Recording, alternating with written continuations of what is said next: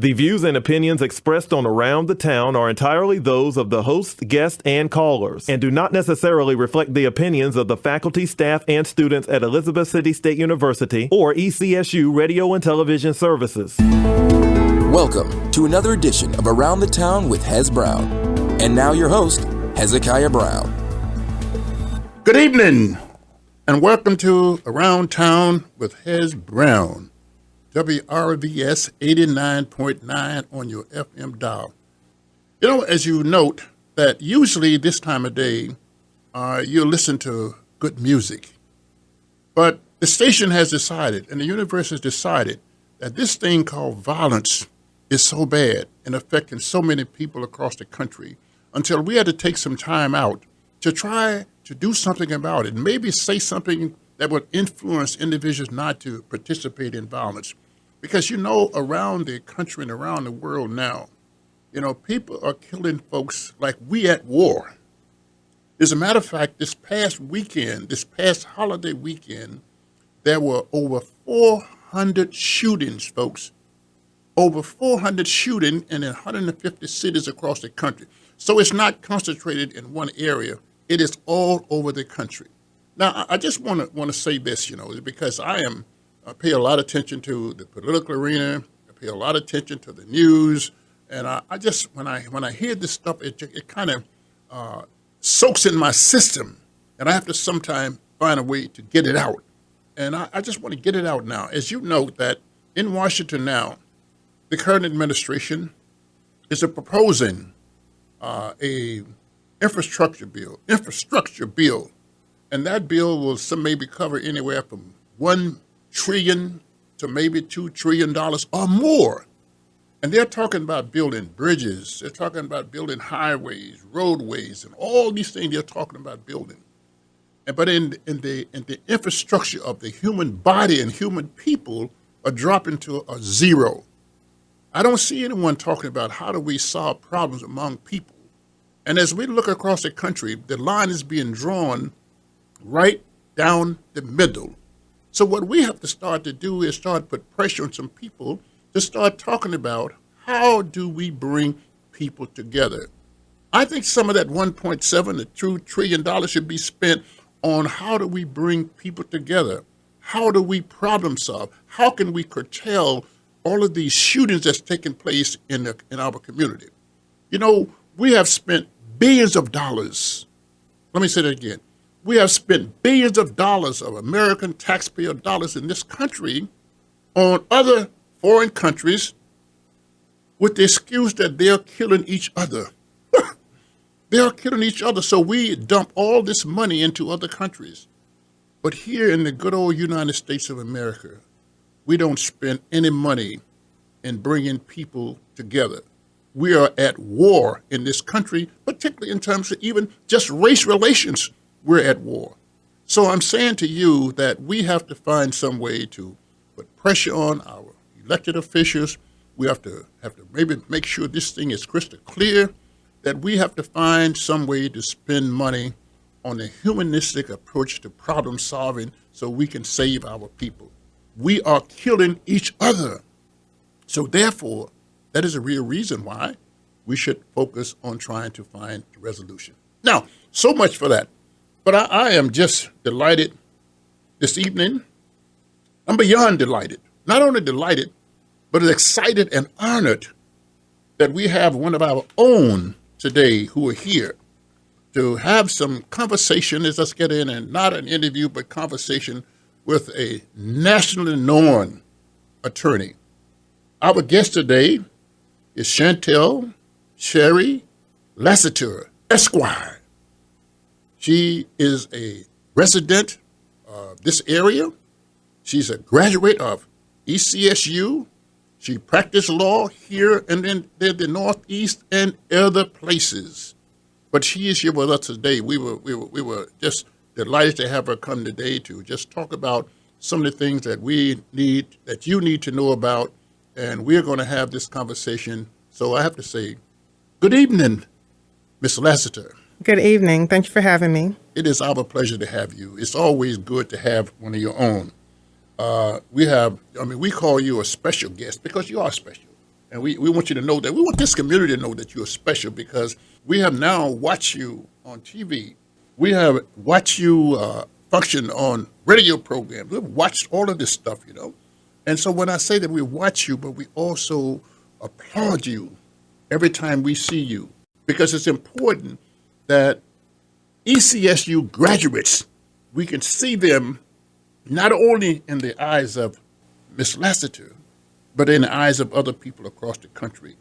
Because I don't have to tell you, ECSU is a great university, and it's a great place to be. It's a great place to attend a school. It's a great place to graduate from. But look at her. You see the things that you could go on to do after you do that. So, Attorney Lassiter, would you tell us just a little bit about yourself? Are you married, single? Tell us a little bit about you personally. Yes, I am married. I didn't want to let go of my Cherry, my maiden name, so I have it hyphenated, so it's Cherry-Lassiter. I am a mother, and I am from this area. I grew up in Hereford, North Carolina, which is about 15, 20 minutes from Elizabeth City State, and I transferred my 8th grade year and came to school over here in Elizabeth City. So I'm local to the area.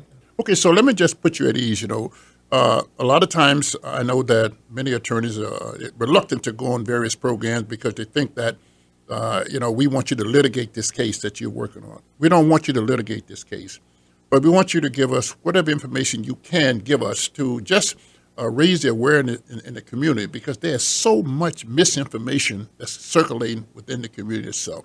So we know then that you are going to just give us as much information as you can. Anything that you can't answer, you just say, that legally I can't do that. It's going to hurt my case. And so we don't want you to do that. So I want to just clear up some things about the Andrew Brown case because this is another nationally known case.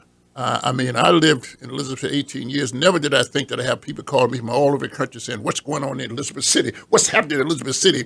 Because we don't have these kind of things to happen. And what happened was a shock and surprise to everybody. So tell the audience, what really influenced you to be an attorney?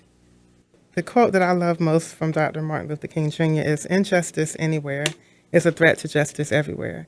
So knowing that things happen around the world influenced me when I was young. My parents recall me saying I wanted to be an attorney when I was about 8 years old. Didn't know what that meant exactly, but I knew that's what I wanted to do. First generation attorney, and I was just determined to fulfill my dream of becoming an attorney.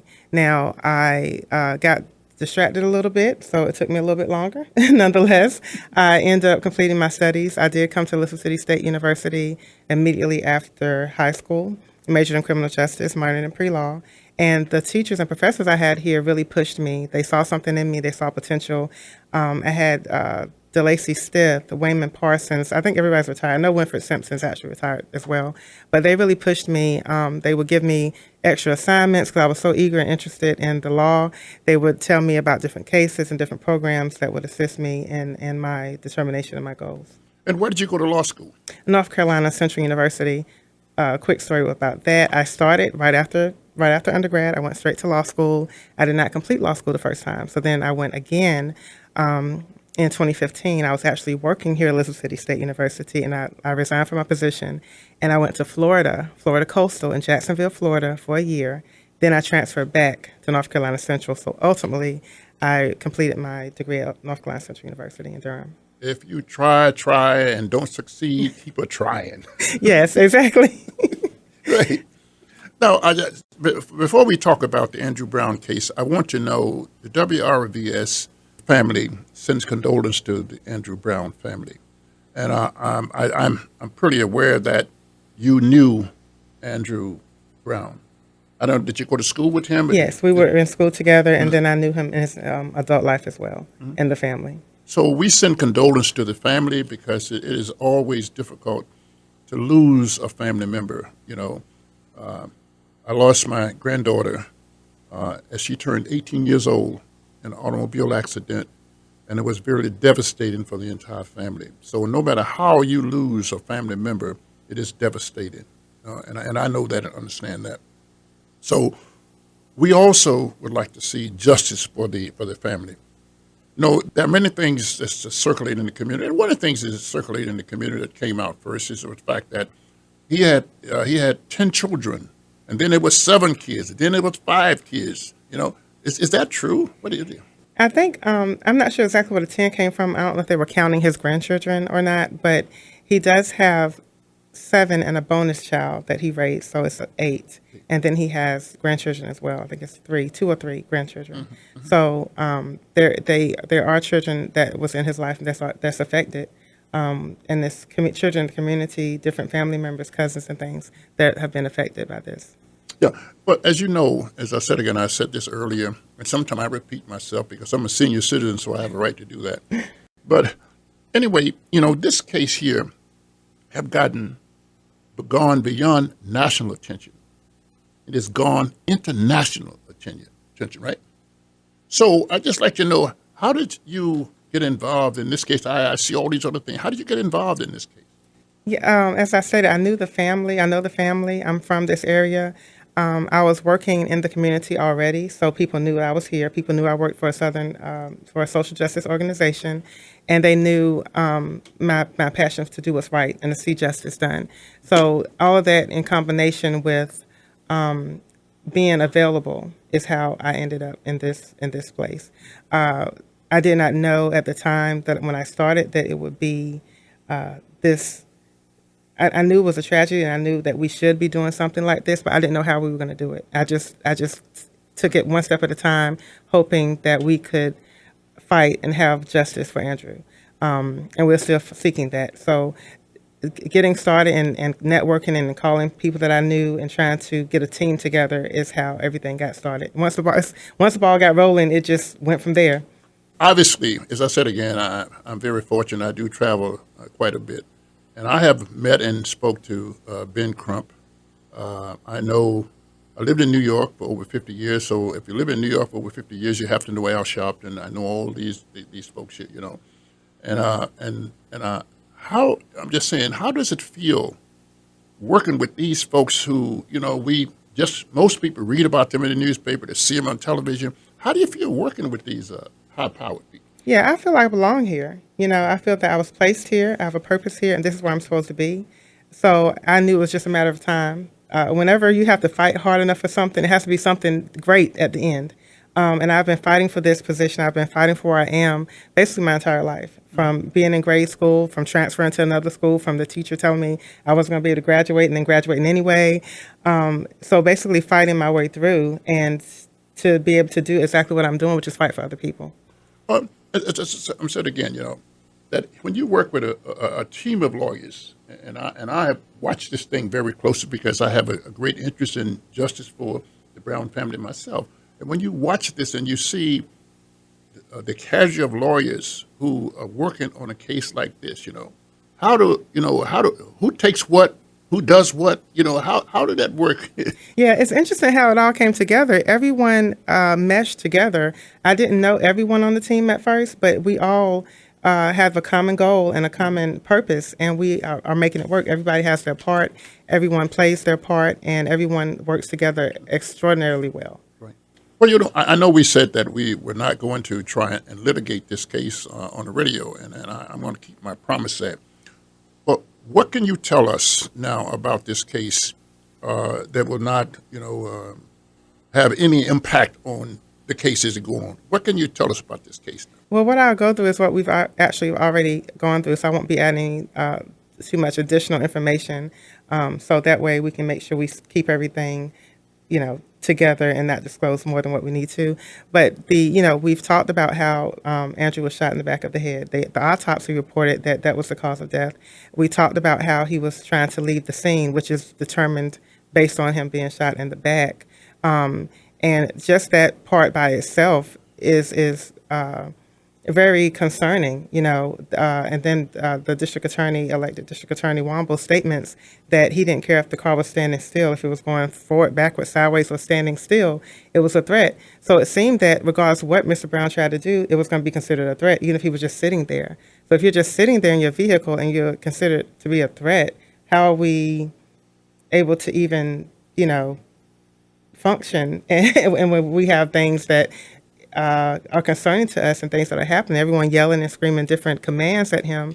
Put your hands on the wheel, get out the car, stay there. All these things going on, and then he's leaving the scene and he's still shot. That's concerning. I know, again, the thing that's really in the community now, in terms of, I know the legal team have withdrawn this petition right now to really go on this transparency journey. Can you tell us anything as to why that happened?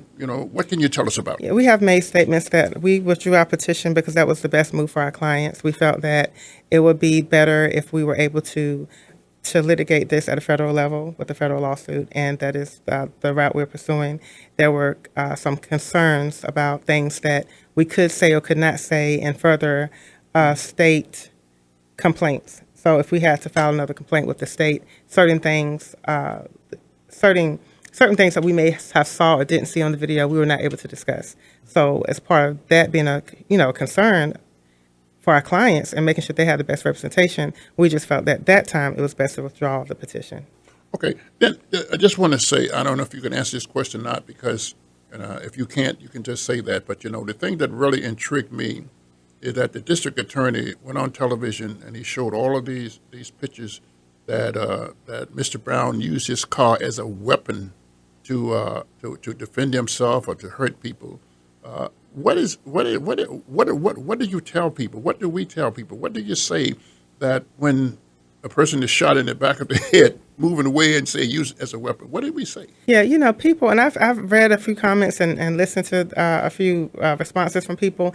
People are going to see what they want to see and say what they want to say, even if the facts show different. So all the information about what he was doing prior to being shot in the back, if we say, okay, just for argumental purposes, that's what happened, once he was leaving, he was no longer a threat. And we're not saying that he was ever a threat. We'd never have said that he was ever a threat. But if they're saying that he was, at the point he was leaving, how was he threatening anyone? And even at the point where they shot him and he was going out of the yard, they were still, shooting at him. Now, just to change not to change the flow of it, but to say, I think the difference in this case, too, from my perspective, and I'm not a lawyer, but in the George Floyd case, does this have any reminiscence of the George Floyd case? Because the world was able to see the video in the George Floyd case. And obviously, we were not able to see it here, and only the police cameras, I would assume, has what really took place on not what took place on the camera. But by the same token, does it have any reminiscence of that in terms of the comparisons? Well, with the George Floyd case, the citizen is the one that was recording the video. So we were able to have access to that. And even with that, people were still trying to say that, oh, that's not what happened. We're looking at it. So with the Brown case, we have only seen a snippet of what happened. And they're still trying to say, well, that's not what y'all see. And even with the press conference that the district attorney office held, they showed still shots of what they wanted us to see. So if a person is telling you what they want you to see and only showing you what they want you to see, they're actually changing the narrative instead of allowing you to see everything and make a decision for yourself about what happened. We haven't been able to see the whole footage. We haven't heard all the sounds that are on the video, so we don't know what was said throughout the whole time, throughout the whole interaction. And it does remind you of not just Floyd, but so many other situations where we've seen things on camera with our eyes, and they're saying, oh, well, that's not what happened. You're looking at it wrong. They say, don't believe what your lying eyes see. Yeah, that's, so it's just like, thankfully we have more citizens making, coming forward, and when they see things, saying things and recording things. This has been going on since the beginning of time, and this injustice. And now people are actually able to record it and show the world. Chantel, can you imagine, and I know you said that is a federal lawsuit coming now. Has a lawsuit been filed yet, or is being filed, or being prepared? It's being prepared, and we're in the process of filing it shortly. I can't give an exact date, but that is in the works. And tell us what that means now when you say we're doing a federal lawsuit. Tell us, So basically, the current district attorney decided not to pursue any type of criminal action against the officers. So then you have the Department of Justice, the federal department. They're doing their own investigation as well. So they'll be doing that investigation, and then we will be conducting, like I said, the federal lawsuit, which is a civil action, and that will be held in a Eastern District of North Carolina Federal District Court. So as I said again, because some people think that's going to, like happen right away, and the case is going to be concluded at some point in some time. And I am sympathetic to those who have been participating in the protest and demonstration. I applaud them for what they're doing. They're really using their constitutional rights to protest and demonstrate for them. What has you think that it had any impact on what happened with the departments here, the deputies or so on? Had that have any impact, just the demonstration of people being out there saying that this is wrong, I think it's definitely having an impact on the entire community because people are really showing true colors, so to speak. They're saying things on social media that they may have not otherwise said, and people are having issues because they're working in, different people working in public service positions, and they're making comments that are showing that they may not, you may not support the movement and the people and what they're doing, but some of the comments they're making shows that they actually have some deep-rooted things that, deep-rooted, whether it's racism, whether it's a dislike or whatever it is, and it's coming out. So even the protests that are being held, they are showing people that people are standing up for what they think is right. And whether you agree with them or not, they have the right to stand up for what they think is right. So as I said again, the district attorney itself, and I want to be very clear about this, the district attorney, right now, we hear absolutely nothing about this case from him. We know nothing about it from anyone else, And I just want to know, what is your thoughts about just going quiet on this thing here with all of the visibility that it's getting across the country? What do you think about it? I'm not sure if they're being advised by a legal team of what to say and what not to say and who to talk to and who not to talk to. But when it comes time for elections and campaigning, we hear them. But they're silent when they choose to be. So I'm not sure. I can't speak for other, parties, but they may possibly be being, have an advisor telling them, this is a route to take, this is not a route to take. However, it does concern me that once election time comes, our emails will be flooded and our, pamphlets and different news coverages and things for their election and their campaigns for next year. Yeah.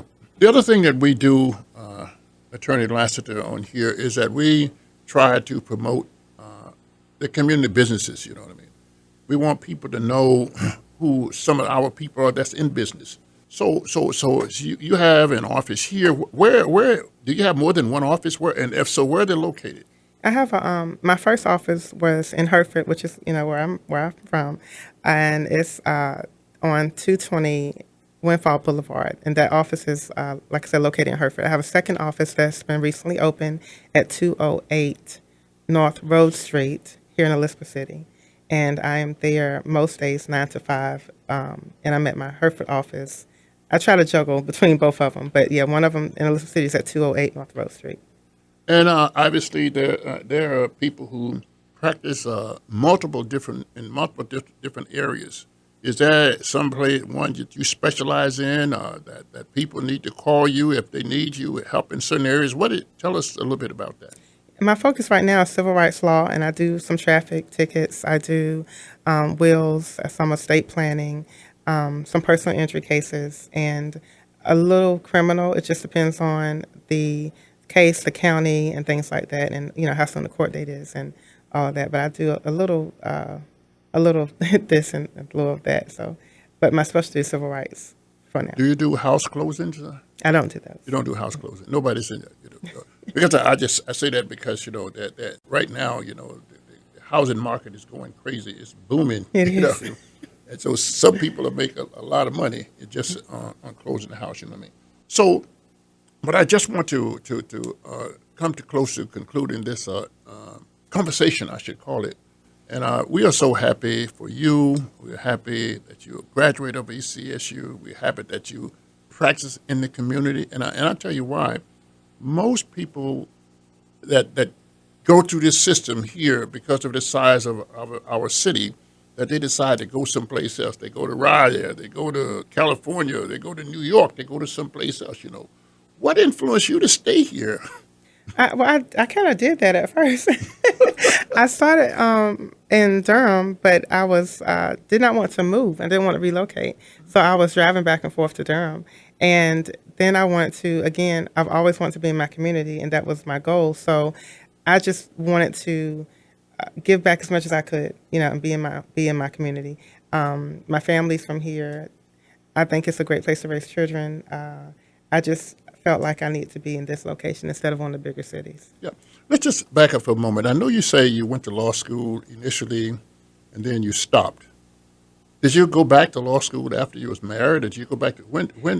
Because I want you to take time and say this, because there are many young people out there who think that the first time you don't complete a project that you could just zip up and go home.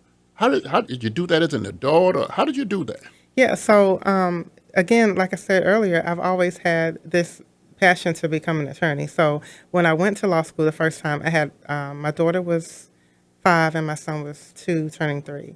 And so I had 2 small children, and I was doing that, and I just did not juggle things properly. It didn't work. So even after I left law school, I stayed in the legal realm. I was a paralegal for 3 or 4 years. I worked at child support enforcement for about 8 years. Then I went and got my master's degree because I felt, okay, I'll do public administration. I'll do something, in administrative law or something like that. Still trying to stay active in the legal field. So then I was working here at Elizabeth City State. And so I made a decision to go back to try it again. My kids were older, my husband was supportive, so I decided to go, and that's kind of how that worked. And I just did it, and each day I just got up and just kept doing it until I was finished. Because I'm saying a lot of times if people don't understand the struggles, they only see you when you complete whatever the project is. They don't know the struggles that it takes in terms of getting from point A to point Z. And my idol couple is Judge J.C. Cole and his wife. In terms of that, because we had them on our program one year. We were honoring them because for Black History Month, and we didn't do them together, but we interviewed them separately. But they talked about the struggles, what it takes to become a lawyer, what it takes to become a judge, And sometimes people think this is an easy task, but there's a lot of work that go into this, especially when you're an adult. And I applaud you because you say you went back when you had 2 children. Well, 3 actually. Three children. I had another one before I went back. Right. Yeah. So life doesn't end because you get married. It doesn't end because you have children.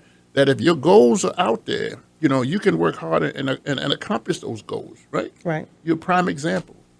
And we are so happy for you. And so I don't know how many times I'm saying this, but it's really, really a pleasure to see you, but to just drop that nugget about, I went to law school first, but I stopped, but I went back and I completed it. That's the part that's important. So we're so happy to have you here, and thank you for taking time out of your busy schedule again to join with WRVS 89.9 on Hez Brown, Around Town with Hez Brown. We appreciate you, and we're going to ask you to come back again sometime soon. As this case progresses through and there's information that we can share with the community, we might want you to come back then.